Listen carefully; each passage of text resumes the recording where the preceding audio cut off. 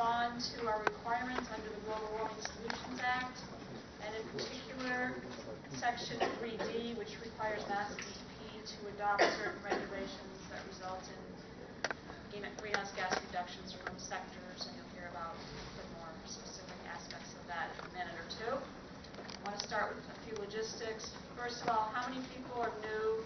How many people are in the room for the first time today? Okay, good. So we don't have to go through a lot of things today. I was going to go over the schedule, but I think you've already heard that. Schedule for today and the schedule going forward. I'm going to turn it over quickly then to Laurel and Kay and Sharon to talk about the requirements that we are looking at under Global Warming Solutions Act and the regs that we're going to be doing that target state fleets. With that, I guess, there's nothing additional that Laurel would say, so okay, yeah. Great. So let's go ahead to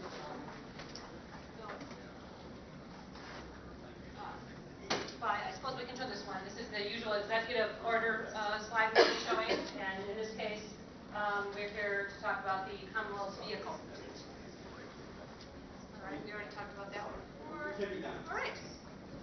So I'm on slide number 7 for those folks on the phone.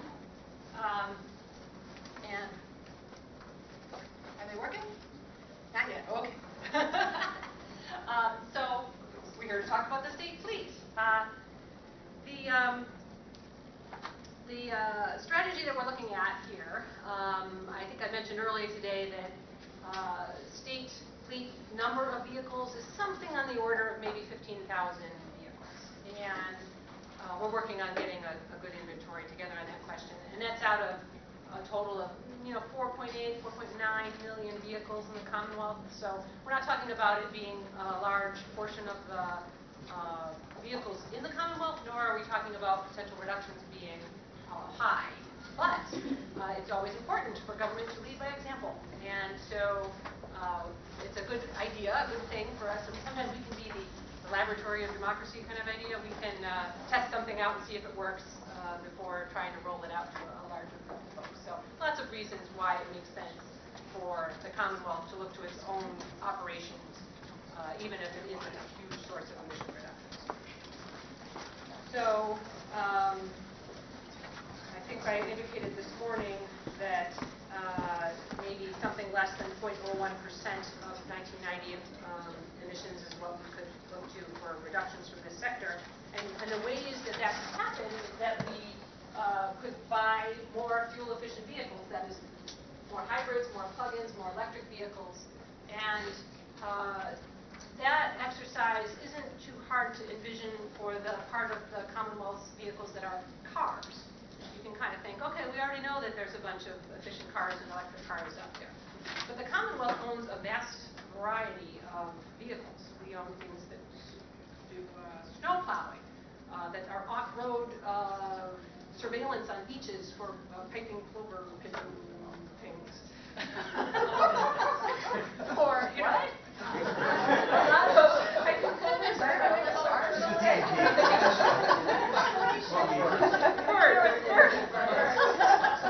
So, there's a whole bunch of things that I don't even know about, obviously, that are important functions of the Commonwealth's activities. And those are the harder vehicles to get at. So what we're trying to do here is split it into the easy part and the hard part. And so we're going to start with the easy. If you could go on to the next slide. So this regulation gets the number 310 CMR 60.06 because the last one was 0.05, so now we're on 0.06. This would be a new regulation. We don't have an existing one that we're amending in this case. The idea is that it would apply to executive offices. And the reason we're thinking about the executive office is that in the executive order that was issued by Governor Baker, it said that each executive office shall have a climate change coordinator to serve as the Secretariat's point person regarding climate change mitigation, adaptation, and resiliency efforts.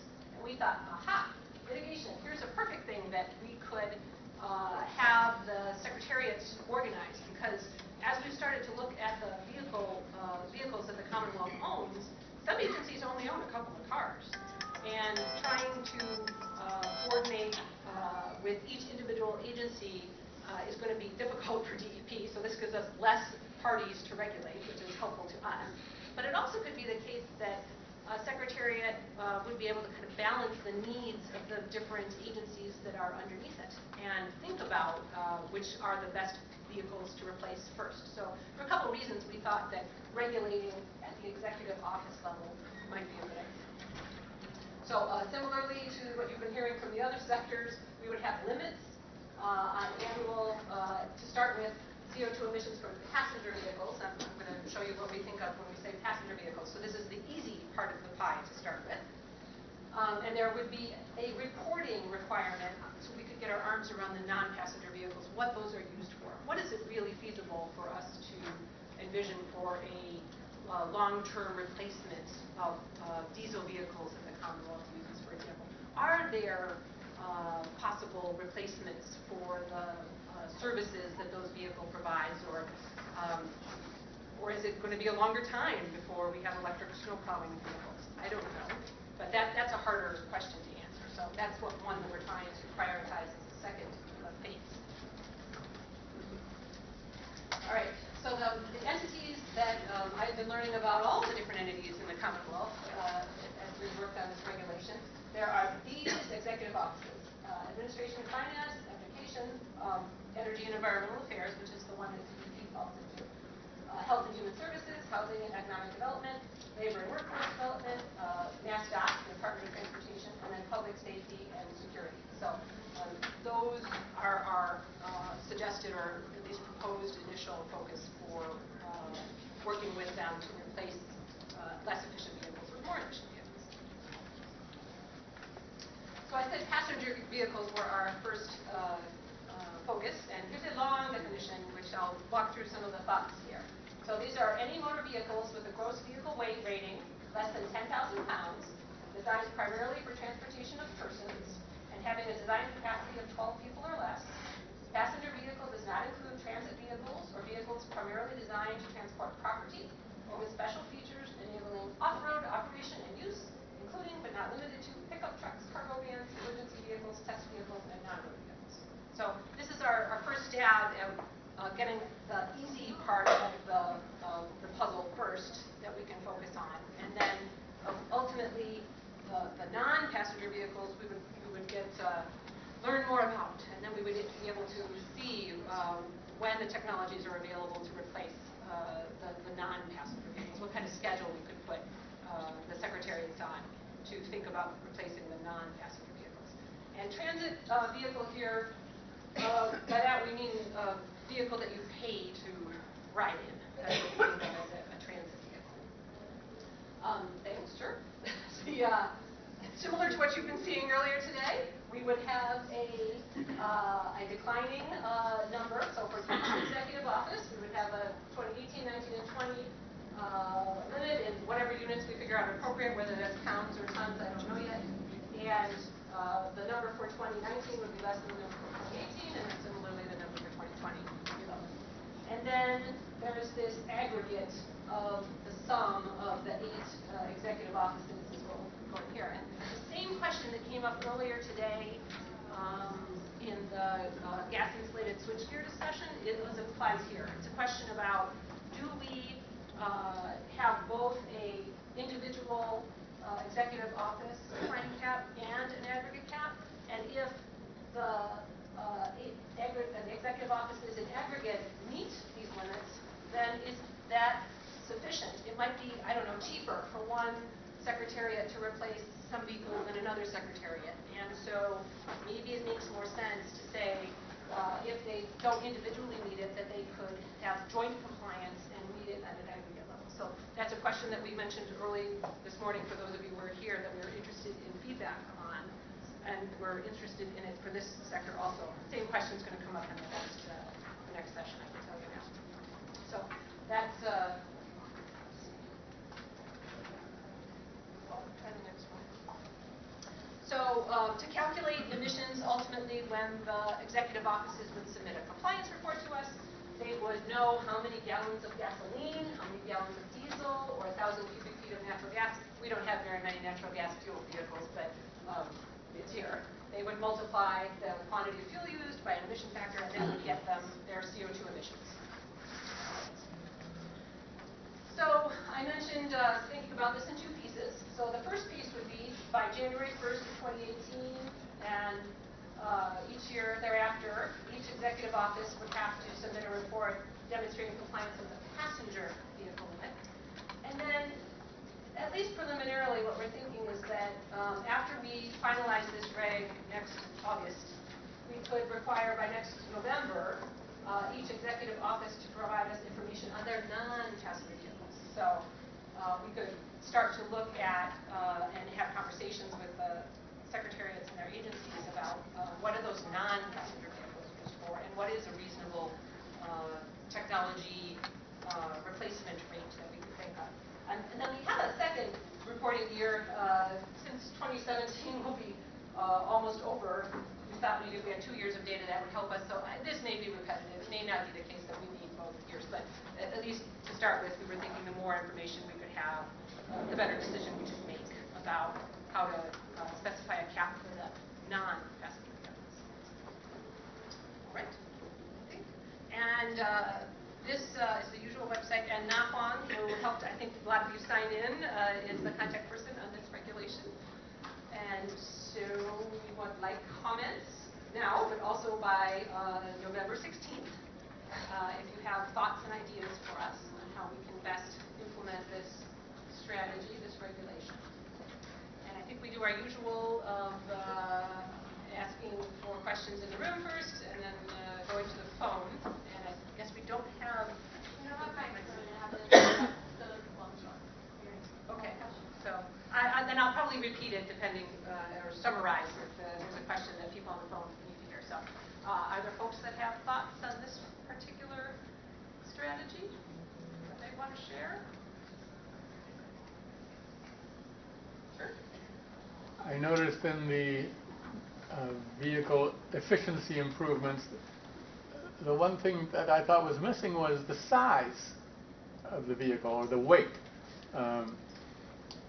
So the part of the definition of a passenger vehicle is less than 10,000 pounds to start with. That's what we're thinking. Well, particularly I was looking at a list that said electric vehicles, hybrids, etc. And I just thought getting the smallest vehicle for the purpose is usually a win. Exactly. Good thinking. Yeah. That makes sense. I think that's part of what we should think about as we develop what the declining cap would be. If you could replace something that was larger than needed, like if you only really drive it with one person in it and it's got the ability to have 6 people in it, why make something so large? Yep, that's a good thought. Other folks? Yes. Hi, Megan Herzog, Conservation Law Foundation. Hi, Megan. I just had a quick question. In the course of drafting your proposed regulations, do you intend to investigate and release any thoughts about the costs of converting the state's fleet to electrified vehicles? I think that would really help think about setting the caps appropriately, or thinking about full electrification. Yes, so definitely we're thinking about the budget that the Commonwealth has for replacement each year of vehicles. That's definitely part of our thoughts, because we don't want to assume like 100% of the fleet gets replaced in 1 year. That's just absurd. They've never going to get that kind of funding. So that definitely is part of it. We're trying to understand right now the average age at which a vehicle is replaced, so we can, you're going to want to get your money's worth out of the existing fleet. So we have to balance this. It's taxpayers' dollars, and how do you wisely spend them without wasting the investment that's been made to date. So all of those issues are things we're going to have to weigh. Then I'll just share a comment that I think it would be really helpful if the public could also have some more information about costs to help inform our engagement with the regulatory process. Okay, thank you. Other folks? Yep.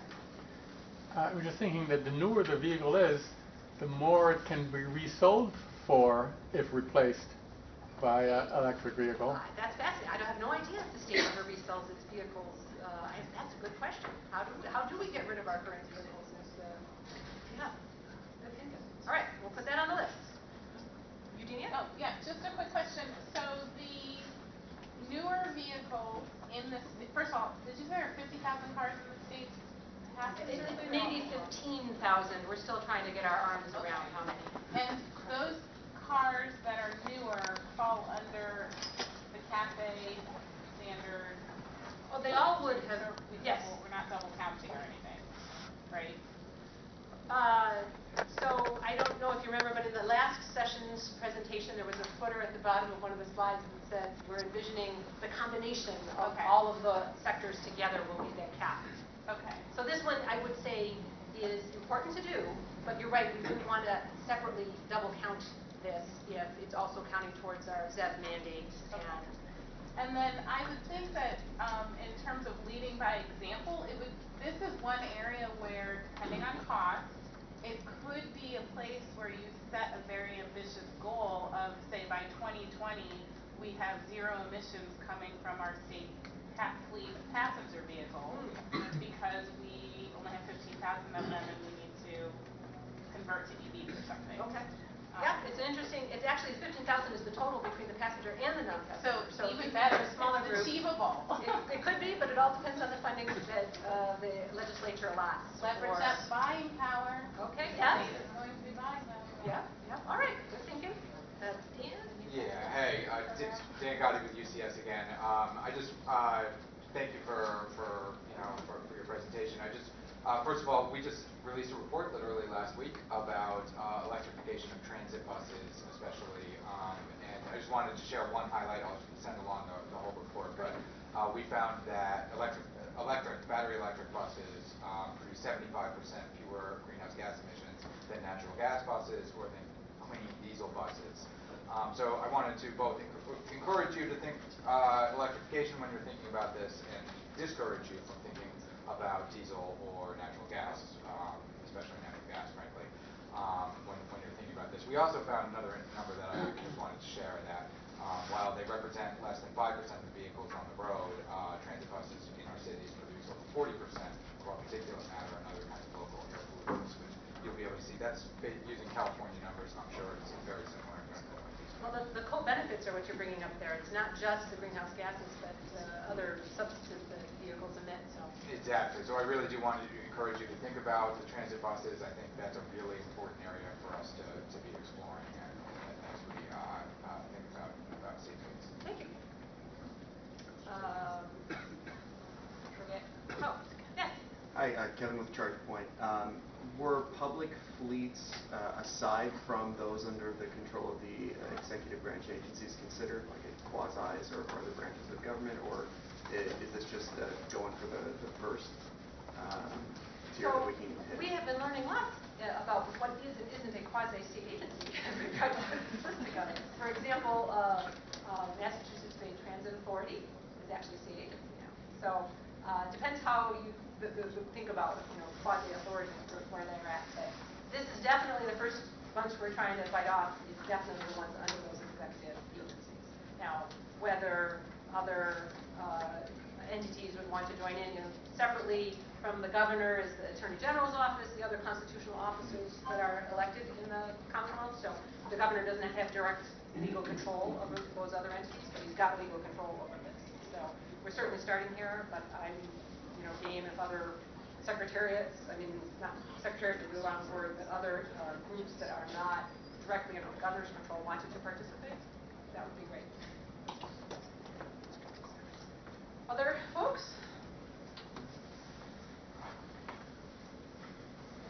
Okay, let's go to the phones. Yep, if anyone on the phone has a question or comment, unmute yourself by pressing *6 to unmute your line.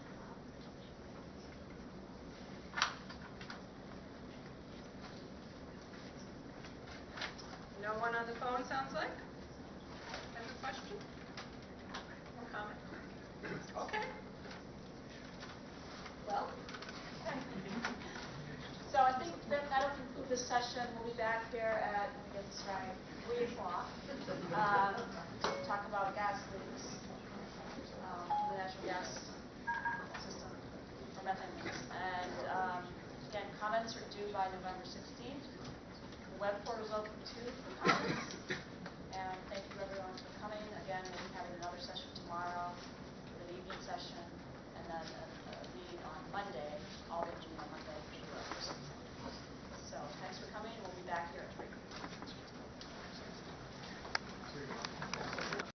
Already existing plans that DPU and the gas operators have developed. So these plans are called Gas System Enhancement Plans, GSEPs.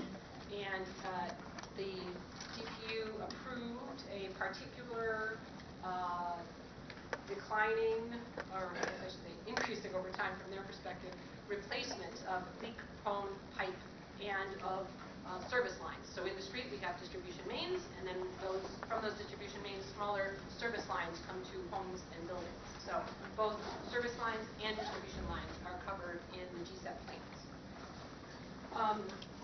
The way we've been thinking about taking those GSEP plans is convert those replacements of the older pipe, the leak-prone pipe, with typically plastic pipe that is the replacement has a much lower leak rate, a much longer life, and so the caps that we would create for this sector would be reflecting initially what the GSEPs require of each gas operator. And so there's a limit that would be established for each gas operator, and then an aggregate cap that would be the sum of the limits for the gas operators as a group.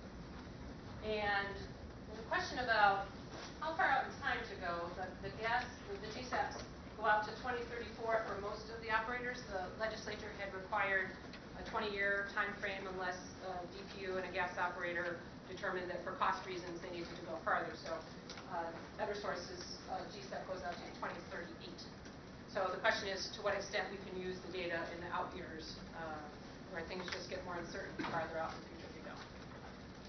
So the key discussion issues, and I'll put the slide back up here when I'm done with the slides so we can use them to focus some of the conversation, would be establishing an appropriate mass limit, whether to include years past 2020 in the regulation.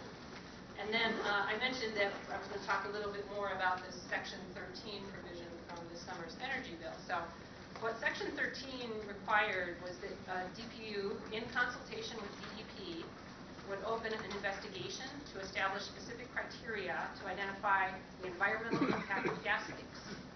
And then DPU, again in consultation with DEP, will have to promulgate rules regarding the timeline and acceptable methods for remediating and repairing grade 3 leaks.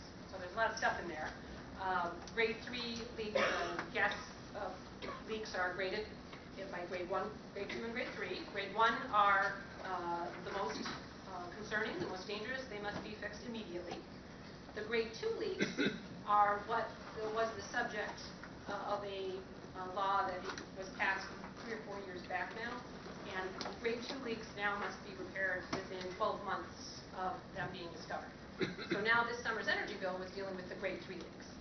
And so for the grade 3 leaks, the plan is, as I described, that there's going to be an investigation by DPU, and then ultimately DPU will have to promulgate regulations.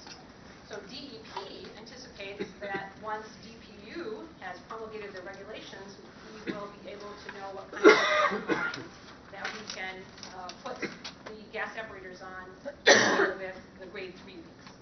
And we're working in consultation with DPU, so some of the members of the DPU are here today to listen in, and if I get in over my head, maybe they'll correct me. And the stepwise approach I'm laying out is required because Governor Baker required us, DEP, to propose our regulations by December. There won't be enough time by December to get through the whole DPU investigation process. So these are the entities that have these gas system enhancement plans, the GSEP. So shouldn't be any surprise to you. These are the big companies in the Commonwealth. National Grid actually has a plan separately for its Boston service area versus the Colonial Gas service area. Then we have Columbia, used to be Basic, Berkshire Gas, Fitchburg, otherwise known as Unitil, and New England Gas, otherwise known as Liberty, and then National Gas, otherwise known as Eversource, as they have been bought and sold over the years, and we changed their names. So those are the first group of entities that we're envisioning for the first phase of regulation. But there are municipal gas companies in the Commonwealth that we would envision as being included in the second phase. They don't have gas system enhancement plans. They were not required to make them. Some of them have no leak-prone pipe to replace. So they will be coming along in a later step. This is a standard depiction we've been using for all the sectors that we are writing regulations for. And so the idea would be that there would be an actual cap for 2018, 19, and 20. It would be in million metric tons. It would be, the number in 2019 would be less than the number in 2018, and then the number in 2020 would be less than the number in 2019, so that we would have a declining cap.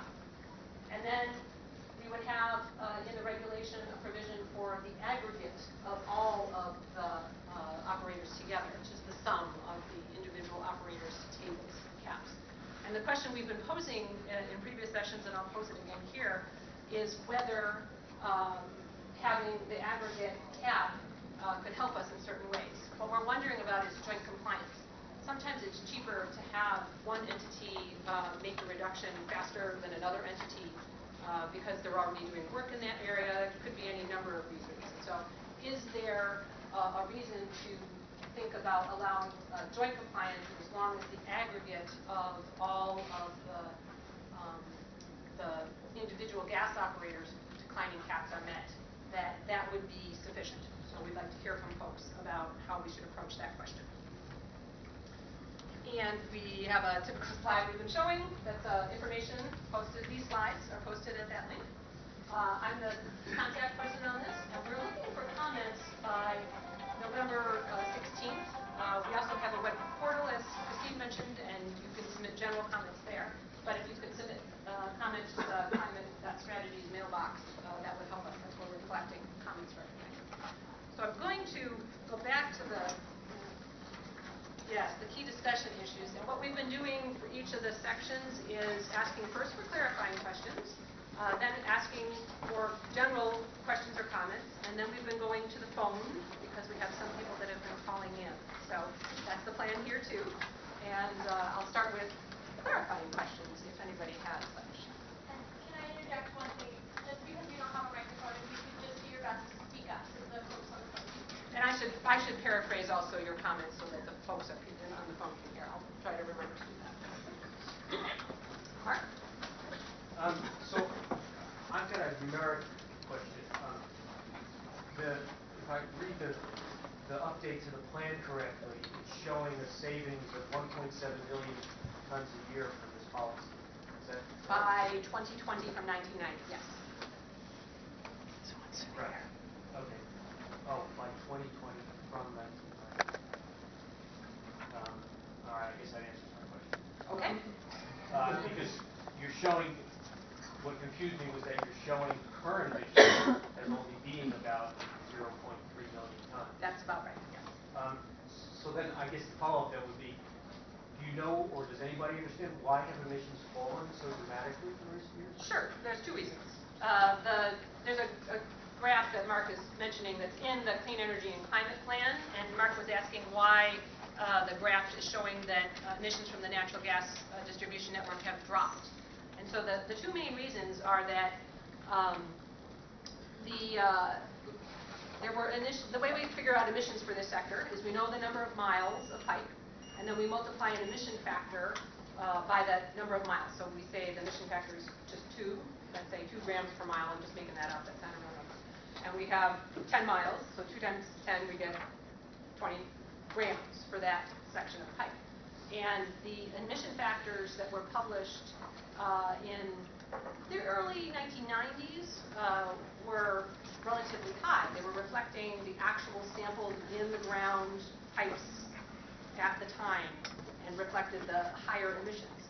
But since that time, there's been a lot of effort to improve the emission factors because this was a sore point with getting a good inventory for this sector. So a lot of work was done across the country with many enviros and gas companies working together to sample all sorts of kinds of pipe, and not just pipe, service lines, other equipment also, so that we could get updated emission factors. So that work was completed in 2014, and so we have now incorporated those newly updated emission factors. So we have the old emission factors, which were high and really did represent how things were in the early 90s, and then we have new emission factors, which are much lower and represent how things are now. So that's one of the major things that explaining why there's been such a decrease. The other piece of it is that since 1990 till now, just as a natural course of maintaining the natural gas distribution network, pipe has been replaced. So some of the leak-prone pipe has been replaced over time. And so it was replaced with plastic, and so there's fewer miles of the leak-prone pipe and more miles now of plastic, and that trend is going to continue. And it's not just a trend, it's required by the gas system enhancement plans. Okay. Yes? Is it just the grade 3 leaks that will be measured as far as their environmental impact? So that is what the law specified, because the grade 1s already have to immediately, the question was, is it just the grade 3 leaks that have to have their environmental impact assessed? So because they're already, the requirement for grade 1 leaks is they have to be fixed immediately because they're immediately dangerous. The grade 2 leaks were already put on a schedule of having 12 months to repair, so the legislature was moving on to the last piece of the puzzle here, which is the grade 3 leaks. Yeah? So does the new updated emission factors deal with super emitters too, or are those discounted and put out of the data set? So the question was about the updated emission factors that were developed in 2014. So the sampling that occurred across the country was a statistical sample and would have included anything that they encountered. I don't have any specific details on, you know, the individual data points, but yes, they would have included all the data that they found. Other folks? Yes? Yeah, how are you dealing with reporting of the utilities where the leaks they report at the end of 2014 are less than they report at the beginning of 2015, in case after case? And it's a discrepancy of 20 to 25% of missed leaks. So the question was about leak reporting to DPU by the gas operators. Right. And the gas operators submit these annual reports, and I know DPU has been looking at those reports and trying to understand what changes there are. I know leaks are sampled at intervals over the course of a year. It's not like they sample all the leaks on January 1st and then sample them all on December 31st. So there is over the course of a year that folks are sampling, and I've heard that that is part of the discrepancy here, that depending where in the cycle the leak is measured, if it happens to be measured earlier than 1 year or later than 1 year, that could affect the number of leaks reported. But I think DPU would have to answer the question more in detail than I've given you. Yes? Could you talk a little bit more in detail about how the Department of Environmental Protection sees itself coordinating with DPU in the development of that regulation, the application of that regulation? So the question was about DPU and DEP having to coordinate in DPU's regulation. So sure. The law requires us to consult in 2 steps. It requires us to consult as part of the investigation of developing an understanding of how many leaks are out there now and what data we have and how we could figure out which ones have significant environmental impact. And then separately, we're supposed to consult at the step when DPU actually has to put forth proposed regulations. So we know our colleagues. We've invited them to this meeting here today. We try to have ongoing conversations so that the things that they're expert in, they can help us with, and the things that we're expert in, we can help them with. Because we know more about the emission side. They know about construction and the requirements of the feds on how you're supposed to replace pipes. So we each bring to the table the piece that we know best.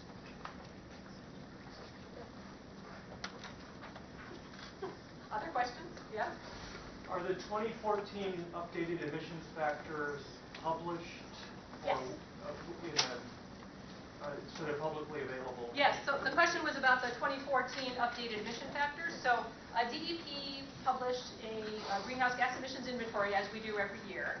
And so we document in text in our greenhouse gas emissions inventory document how we calculate all the emissions for each of the sectors. And there is a link in that text document on our website to the report where these things were published. I'm happy to talk to you afterwards and show you the link. Thanks. Yes? The GSECs are including like National Grid, Eversource, but what about the interstate pipelines that are being considered and compressor stations when there are intentional leaks, intentional emissions? How is that being looked at all? So there's a question about intentional leaks from the transmission network and compressor compressor stations. So I'm not familiar with intentional leaks from the transmission network. Perhaps you're thinking about when they do maintenance and they need to Methane and flaring. So when they do maintenance on the interstate pipeline, this is work that does not fall under state jurisdiction. The transmission, the interstate pipelines are under the jurisdiction of FERC, the feds. And so the FERC has established requirements that I could not begin to tell you the details of that mandate how to do that safely, because interstate pipelines are operating at high pressure. If you have a leak, you could have a big problem, and I'm sure people in this room are aware of problems that have happened on the interstate transmission network. So the legislature, in their sort of stepwise approach to grade 1, grade 2, grade 3 leaks, only dealt with what they had jurisdiction over. Grade 1 leaks, actually, the requirements are federal about addressing those right away, and then our legislature went and put further requirements on grade 2 and grade 3 leaks for the distribution network. The transmission network... Intrastate, yes, in Massachusetts, right. Whereas the interstate network, as I say, falls under FERC and not our legislature. Yeah, so within that context, like things like compressor stations, which are located in the state and metering and regulating stations, there are planned releases.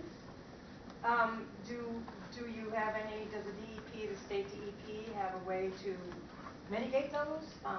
Because we know that those are frequent and dangerous, highly dangerous. So just wondering. So the question was about metering and regulating stations and compressor stations. And so the aspect to which releases from those are dangerous issues, immediate, life-threatening issues, is under this jurisdiction of DEP. And to my knowledge, they have looked at metering and regulating stations and find a very uncommon occurrence of reported leaks from metering and regulating stations, which is a different question than intentional, because of maintenance that's ongoing. I know DPU has thought about best management practices. It's not just DPU, at the federal level also, about how do you, if you're going to work on a line, somehow evacuate that line, capture the gas that's in that line, or at that metering and regulating station in that example, so that it is not released into the air. It's a valuable commodity. We don't want to just release it. We want to capture it somehow and then put in, I don't even know, I've heard nitrogen gas, things that they would put into the line while they're working on the line so that there's no immediate danger. But immediate danger, I'd have to send you to DPU on the details. Okay, because that's different than a planned release, which happens at compressor station. Those are planned release. That happens. That's the point of the compressor station. I'm just wondering. Compressor stations, like one planned in Weymouth, are ways that there are ways in which the Commonwealth DEP regulates compressor stations, and we do review proposals for new stations. And I know that as an application comes in, there are a variety of criteria we look at. I can't say that I know the details of the Weymouth station, though. Sharon, one point I'd add is that those emissions are reported from the transportation, the transit pipelines and the compressor stations to our greenhouse gas reporting program. So if you go to our website and look up that data, you'll find a line for the different interstate transmission companies and their operations in Massachusetts that includes any of those emissions, whether they're intentional or an estimate of their routine emissions and that sort of thing. And it doesn't, to our eye, add up to a very large quantity in the scale of the other emission sources in Massachusetts, but it is something that's reported and tracked in that program. Thanks. Thank you. One, just quick follow-up on that. Does it add up to more than the state-owned transportation vehicle emissions? Because that is specifically a session today that we did discuss. And so if the emissions from compression stations is greater than 0.001, I believe, %, it seems like it would be prudent to include, given that the state transportation fleet is being included. And then two, in thinking of how on Monday's session we'll be talking about electricity with 60% generation existing outside of the Commonwealth's boundaries, being a regulated component of this program. We import 45%. Sorry, I guess I had the numbers so 50 in the ballpark from out-of-state facilities that will be a component of what is regulated. So the emissions are happening outside of state boundaries, subject to other people's jurisdictions and regulations. But we are trying to implement programs that contain and capture emissions from that, presumably with some sort of target reduction program. I don't know the specific details. But we can't target and control emissions from things that are happening within the boundaries of the Commonwealth. And then second, how is this different or similar to out-of-state vehicle transportation that occurs in the state or Commonwealth, Massachusetts, where neighboring states, transnational transportation, long-haul trucks, etc., I believe those are contained and captured in the reduction targets for fuel in-state. So it just seems like we've got kind of a mixy match. So Mike asked 3 at least questions, if not more, in there, and I will try, but you're going to have to help me as I work through these. So one was about trucks, starting at the end. It is true that trucks travel through Massachusetts from other states, and the way that inventories work in the transportation sector is the presumption is, yes, there's a truck that filled up here and then drove to New Hampshire, and similarly there's a truck that filled up in New Hampshire and drove here. And you just assume it's a wash at the borders. That's just the reality for fuel use of how we deal with that. So it isn't that we're ignoring, but it works in both directions. Sometimes there's miles that are driven here where the fuel is bought in another state. Sometimes vice versa. So on the transmission, gas transmission network, let's talk about that piece next.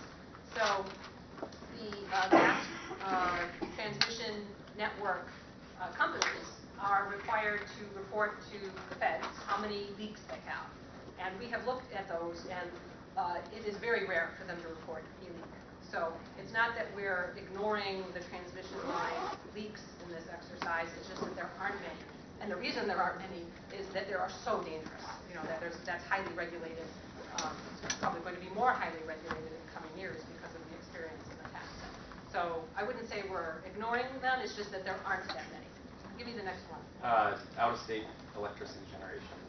Okay, so out-of-state electricity generation, when you say, as you know, on Monday we're having a session to talk about lots of electricity issues, so I don't want to get into it too much here, but I guess I would say we have the ability in states to control how much electricity we use.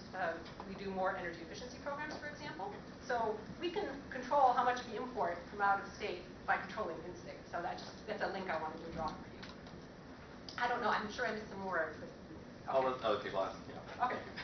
Can I just clarify one point? I think there's some confusion about in-state, out-of-state in terms of control, which is very different than in-state and federal jurisdiction and preemption from federal jurisdiction. So when we talk about in-state gas lines, we're talking about an interstate versus intrastate pipeline. We're talking about preemption from the feds in terms of FERC. So we can't touch it. Absolutely. Okay. Which you know is common in other areas of law, but which is different than what we're talking about with transmission of electricity and controlling the gas within Massachusetts. If that makes sense. Thank you, Merlin. Other folks? Yeah? When you talk about class 1, 2, and 3 gases, those are gas that's reported by the gas company. I know that in a research program conducted at in conjunction with MassDEP, where in a couple cities they went down every single street, they found many, many more leaks than were reported by the utility companies. And are you going to take those leaks into account? So I think as part, the question was about grade 3 leaks that are not reported to DPU. And so I think All leaks. All leaks, okay. The exercise that the legislature has tasked DEP and DPU to work together on is this question of how do we account for environmentally significant grade 3 leaks. So I think that as that collaboration occurs, people should bring to the table suggestions, and certainly we've heard of the DU report. Because they cannot be classified in any way because they're not reported to the So this part of the question is about the unreported leaks. So if there are unreported leaks, I think DPU and its regulated entities should be having a discussion about that, because they're the ones that receive those reports. But the environmental significance of them, we definitely have a role to play in. Other folks? Are you ready for a statement? Oh, sure. I mean, we've. I'm going to stand in for this because it's a little bit long-winded. But it has to do with the grade 3. I'm David Zeek, and I'm with the Massachusetts chapter. And I wanted to make the point about the grade 3 leaks and the super emitters. And as you mentioned, the requirements coming out of the executive order and the requirements coming out of the energy bill this summer. And you probably also know that the DPU docket 1631 is looking at volume, looking at, excuse me, not volume, but looking at the size of leaks for as far as what they want to do with the grade 3 leaks based on the 2014 law. So we've got three different laws or three different drivers here that are coming, I think, together that say look at these grade 3 leaks. And for size, I think we should talk about the volume of the gas that's leaking, and therefore we need to be able to measure as best we can the volume. And I wanted to make a recommendation about handling this. There in 2015, according to the data reported to the DPU, there were 13,000 gas leaks repaired, and 95% of those were the grade 1 and grade 2 leaks that were, of course, under immediate guidelines to be repaired. But at the end of the year, there remained 16,000 leaks according to this same data. So most of that was the grade 3 leaks. And so my recommendation is that we need to be able to identify the leaks that are causing the most, that are leaking the most gas. And this is a reference to the DU study that was published this year. It was led by Margaret Hendrick, which is here with us today. And this study found that in looking at leaks in Boston, 7% of the leaks produce 50% of the emissions. So if you're trying to reduce the emissions, focusing on the high volume leaks, or what are called super emitters, I believe is the way to go. If we were to focus on have the gas companies repair 10% of the leaks, of the worst leaks each year, that would reduce more than 50% of the emissions. And you could put that as a number of leaks requirement, or you could put that as a 50% emissions reduction requirement in your regulations. If they did repair 10%, so I mentioned there were 16,000 leaks at the end of 2015, that would be another 1,600 repairs. So that would be an increase in repairs for 2015 as an example of about 12%. So that's not an outrageous increase in the number of repairs. And of course that can be repaired by fixing the leak or by replacing the pipe. And I think this is the way to go. It would address all of the requirements of the executive order. It would address the requirements the DPU is trying to understand. It would address the energy bill requirements, and would very rapidly force down the emissions from the gas leaks by extending these super emitters. So this is the recommendation that I hope you will adopt. On a side note, I would very much like to see DEP revisit the emissions inventory method that you use. It just strikes me that the average of the United States leakage is highly inappropriate to our antique gas system here. I mean, the leakage in Indianapolis is almost nothing compared to the leakage in Boston, which is ancient, and leaking. So I don't know why you would use a national average, in a system that's 100 years old. So that's my comment. So but regardless, we need to establish an accurate emissions, not one based on what happened out in the West, and we need to then address the worst gas leaks in order to bring down the emissions. So consistency, I think, is important across those different, 3 different exercises that you mentioned. I think that would be great. No need to reinvent the wheel 3 times. Ratepayers don't need to pay for us to reinvent the wheel 3 times. Let's pick one way to move forward on this. And I take it you're going to submit something to us? I have already. Perfect. Thank you. Yes? Hi, my name is Margaret. I just wanted to quick add to what David had to say. I helped to lead the Boston University study, and I just wanted to add on the note with super that's absolutely the way to reduce emissions quickly, most effectively, cost effectively in terms of time. I think recommendation that I would like to add on is that we need to, in conjunction with the DPU, reclassify leaks, where we have a component that not only looks at the explosive potential of a leak and the danger it presents to the public and property, but also an evaluation of the volume of methane gas leaks. Because if you're going after these grade 3 leaks, there's a preponderance of these leaks. Some of them are going to be fairly small in terms of their contribution to global warming. Some of them are going to be large, and you need to be able to parse those. And since a super emitter is a statistically defined phenomenon in relation to the rest of the leaks that you're measuring from a particular source, in this case we're talking about a distribution network, we need to understand what the entire population of leaks looks like. And so my recommendation is to fold in that measure of volume when we're classifying leaks, so we can capture those grade 3s that are most environmentally significant. And I think this is going to take also ramping up the technology and the methodology that the gas companies are using to go out and do their leak detection. And I think that that's going to take some time and effort and resource, and perhaps we need to look at proxy data for measuring methane emissions in the next couple of years, and establish perhaps some sort of expert advisory board that can look at what we need to do to implement more precise measurements in the next fall. Thanks, those are good ideas, and we'll take them into consideration. Hello? Yes, I'm Sarah Driscoll with Boston Private Action Network and Mass Healthcare Providers Against Track Gas, and I just want to totally piggyback on the super emitters and the amount of methane that's being released, because not only is it in terms of greenhouse gases, it's also a really super concern to the public health. What's involved in methane is we have like a lot of chemicals that are really particulate matter leads to higher rates of asthma, heart attacks, and diabetes. Benzene, which leads to higher rates of leukemia and bone marrow suppression. Formaldehyde, leading to, again, with higher rates of asthma and several types of cancer. Nitrogen oxide, which produces hazardous ground-level ozone as an asthma trigger and associated with respiratory tract irritation and infection. Not to mention what we don't know that is involved in the fracking of the gas, because that's proprietary information. And that fracked gas is becoming more and more prevalent in our gas systems.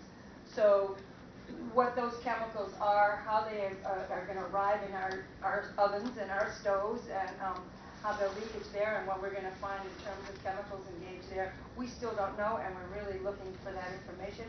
We hope to get that information. We would encourage the DEP to try to get that information from the corporations as a way to look at the public health and be concerned about what's happening. Not only the existing problems with methane around the public health concerns, and especially at compressor stations where there are planned releases, but not to mention all the leaks in the art street, and then what's in the fracked gas, and then it picks up as the water goes in. So thank you. I really would encourage the DEP to look at that. Thank you for your comments. Very helpful. Pearl? Yes. I want to return to the question that Mark asked earlier about this is a graph in the 2020 climate plan for gas emissions. And there's a huge drop-off between 1990 and 2014.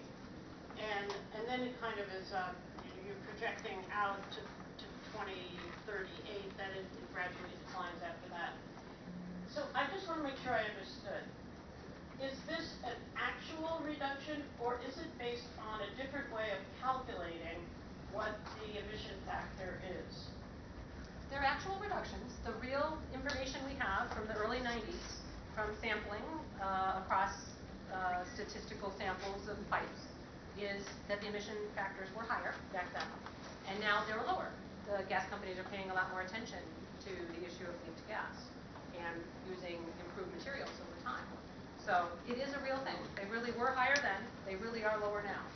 I don't know if that answers it, but I'm happy to talk with you more. There seemed to be a second part of your answer to Mark, that there was also a difference in a factor, and that it was, the question really came to mind because the gentleman mentioned, why are we using national averages? So how does that national average figure into this graph? So the sampling was done as part of the EDF study, the Joint Enviro and Gas Company study in 2014 that it was released. They did try to find out if emission factors for a segment of cast iron pipe in the ground here would be different than emissions for a segment of cast iron pipe in a different place. And as long as they have similar kind of moisture content in the ground, they're similar. They receive similar corrosion rates. But I think we'd have to really dig into the report if you're wanting to understand particular data points in that data set. Sure, I could add one other thing. So as I mentioned, I work on a greenhouse gas reporting program. I'm just going to describe something that happens there. And you can tell me if it's not relevant to what you're talking about, but I think it is. As far as the differences across the country, those emission factors are specific to the particular type of pipe, which is well known. So there's a mix of wrought iron and stainless steel and plastic. And so while the research might have a default emission factor for a particular type, say plastic across the country, if another part of the country was built more recently, it's likely to have less wrought iron and more plastic. And so our methods do take that into account because we're looking at the types of pipeline underground. So we do take that difference across the country into account. And but we do, as you know, to the extent that there aren't known differences across the country, and that we can't know everything about everything, those defaults we think apply different places, and we do use those. So I don't know if that clarification is helpful. That means for the mix of pipes in Massachusetts, you apply one factor for the percentage of our pipes that are plastic, another factor for the percentage that are different materials. So it is tailored to Massachusetts' actual infrastructure by those different factors. There's not a universal factor that applies. Yeah, that's my point exactly. Thank you. Yes? So Nathan Phillips, Boston University, and it seems to me that there's two pieces. There's an activity factor, which is how much of a certain pipe type you have, and then there's an emissions factor that is associated with that pipe type, and then you multiply those two things together and you get the total emissions for that component. But I don't understand how you would get an updated, and we have to look at the 2014. Sorry, I'm ignorant of those results, but I don't know why cast iron pipe in Indianapolis of a certain age is not different from cast iron pipe in Boston of a certain age. So if you're going to use an emissions factor, that I think should have been applied to the entire time series from 1990 to 2014. The activity factor might have changed because of replacement here and there. But if we know something new about cast iron pipe, that it's not as leaky as we thought, for example, then that should retroactively be applied to the entire data set. So there are questions about calculating emissions from older pipes and newer pipes. So I don't want to spend too much time on this, but happy to talk to you offline. But if you put yourself back in 1990, when they did a sample of the pipes that were in the ground then, those pipes in the ground then were of various ages, some going back in time quite a long ways. And then you put yourself now, in 2014, when they did the most recent study and sampled the pipes in the ground, those pipes are of a different set of ages. And so they're not as old on average because some of the ones have been replaced from then till now. So that's why the emission factor is decreasing over time. We aren't applying emission factors by age of pipe. We're applying emission factors by type of pipe. So I'm happy to talk more about that and run through calculations for you if you'd like to see it. They're on our website. Okay, and can I just add a couple points? I just wanted to mention that I've been aware of some discussions on operationally how the utilities would determine what a super emitter is. And one of the things that has come up is that they would use a percent gas in a drill hole as a metric, a surrogate metric that could quickly be used to determine what a super emitter is. And that's a concern to me because I think that's a simplistic way to go about measuring what a large gas leak would be, because concentration is not necessarily a correlate with flux. Because every gas leak somewhere is 100%. So depending on where you measure it, you can get 100%, you get 50%, or 25%.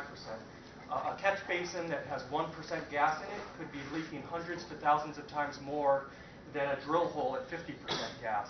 So I think that operationally we have to come up with metrics that actually are verifiably associated with large amounts of gas. And then the last thing I'd just say is on the emissions factors, even if they're updated, that unless they incorporated the super emitter, just the statistical distribution that includes super emitters, then you can't really credit yourself with saving a certain amount of greenhouse gas based on equations that are assumed to be from normally distributed bell-shaped, they're an average kind of gas leak. And the early studies, the previous emissions factors from the mid-90s implicitly assumed that gas leaks, you had an average gas leak, some were a little higher, some were a little lower. They didn't have that super emitter, characteristic to them. So I think it's important because what I have heard about the approach to crediting with fixing leaks, it may be based on the assumption of leaks are normally distributed. So that would be an internal inconsistency if they're addressing super emitters by using a methodology that is based on the assumption that there are no super emitters. Thank you. All helpful comments, and I'm sure my colleagues are writing all that down for us. So I imagine you'll be submitting something also. Oh, good point. We haven't gone to the phone, have we? All right. If you're on the phone and you have any questions or comments, press star six when you want.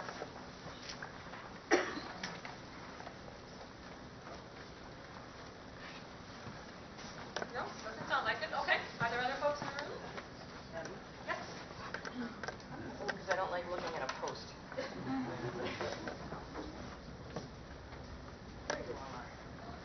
I'm Claire Humphrey. I live in Jamaica Plain. I have 2 children, a 15-year-old daughter and a 13-year-old son. And I have their faces in mind when I come and do this work.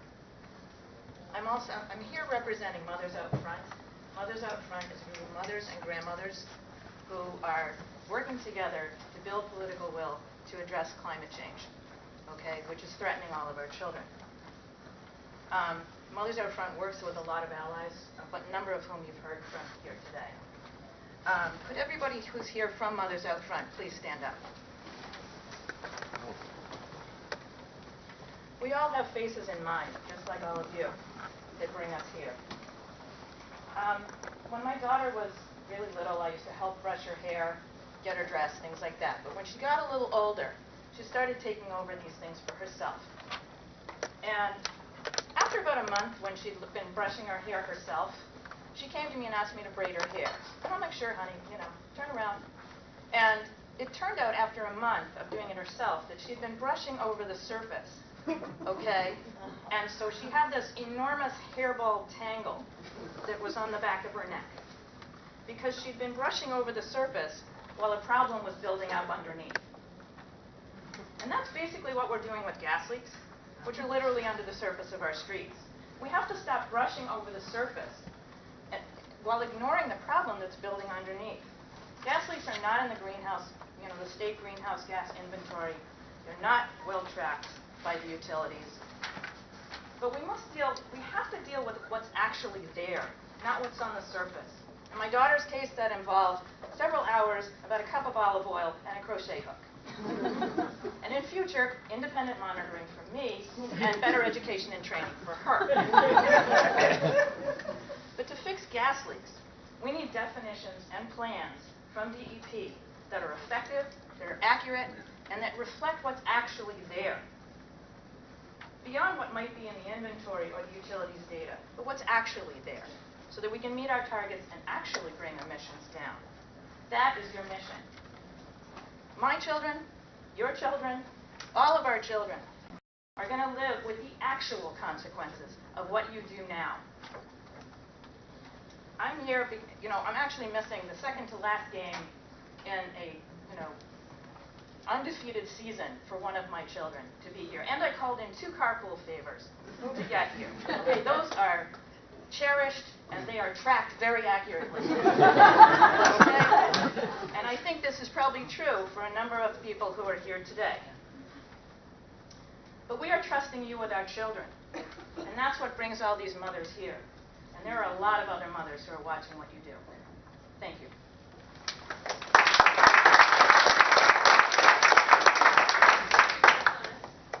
Let's do a time check.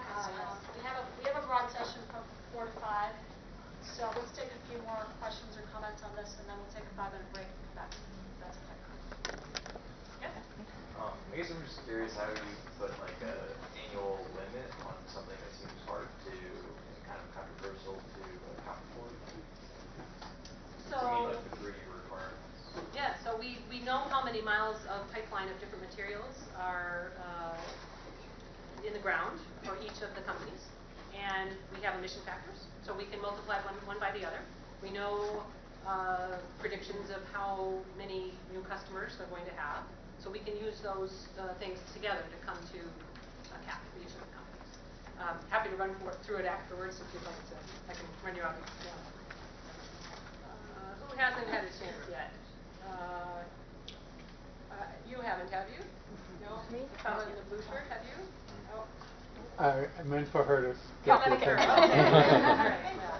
attention. Okay. I just wanted to say that I'm Audrey Shulman. I'm from HEAT. I would make 3 recommendations for this. One, in the way that you deal with significant environmental leaks. One is that rather than using emission factors with the significant environmental leaks, while the leak is excavated, you actually verify how much emissions are coming off of it. Because that's the, you got the leak open right there. That's the best, easiest time to get verified emissions rather than try to make an estimation. I've worked in the energy efficiency field for a long time, and we all know that wide difference between estimates and reality in energy efficiency. So this is just an easy way to make sure that you're getting the greenhouse gas that you actually think you're getting. Secondly, I would say that because the research is changing so quickly, and there's so much of it, it's as though we're at like 1995 and we're all using like an internet dial-up, to call the World Wide Web. Like, don't freeze us in time. Allow for innovation. So whatever regulations you make, reassess annually to make, for at least a decade, to make sure that you're continuing to capture more and more greenhouse gas emissions. And finally, I would really strongly suggest that all the data around how a significant environmental leak is chosen, as well as the emissions off of it, as well as it's the pipe's pressure and material, that is all transparent, because transparency will get you stakeholder trust, and it will get fantastic other researchers helping you to make sure that you get the most greenhouse gas possible. That's it. Thank you. Thank you. Good comment. Anybody else who hasn't spoken? I'd just like to supplement the argument about the toxic elements in the methane emissions. I think there's a lot of science now that shows that the additives that are toxic in fracking come with the gas into our environment. Plenty of studies that show the emissions from gas leaks, particularly around compressor stations and metering stations, is quite sufficient to cause clinical illness, short-term and post-pregnancy. So the mass healthcare providers have suggested that we need to have a comprehensive health assessment of what the effects of methane are. We feel this is important both for projects that involve expanding the infrastructure, but they should be equally important in how you consider dealing with